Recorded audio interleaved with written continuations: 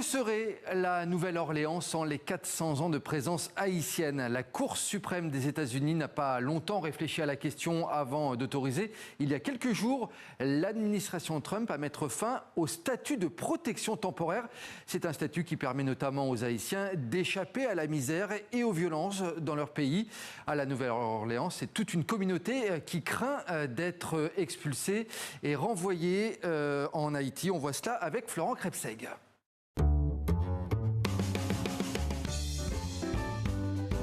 À la Nouvelle-Orléans, vous avez la carte postale, les clubs de jazz, le vieux carré français, l'architecture coloniale, les décors d'un tramway nommé Désir, la richesse et la déchéance d'un port et le brassage.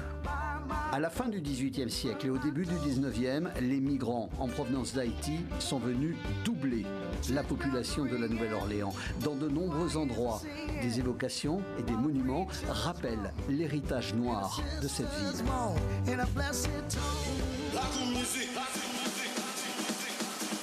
Haïti, ici, c'est une musique, des accents, le vaudou, des couleurs, une nourriture, des senteurs. Direction le quartier de Trémé. Et justement, voici l'un des meilleurs restaurants haïtiens de la ville. Les parents de Charlie Pierre sont arrivés d'Haïti en 1988. Charlie Pierre est le chef et le propriétaire de ce restaurant situé dans ce quartier où la révolution haïtienne avait autrefois poussé des milliers de réfugiés à s'installer et à mener leur culture, dont quelques ingrédients figurent dans ces assiettes. Il y a des plats comme les haricots rouges et le gombo qui ne sont pas seulement populaires ici, mais aussi en Haïti. Et on pourrait continuer ainsi à l'infini. L'architecture, la cuisine, la musique. C'est vraiment remarquable. La Nouvelle-Orléans et Haïti ont en quelque sorte évolué en symbiose l'un avec l'autre. Quand j'entends dire que le TPS touche à sa fin, ça me brise le cœur.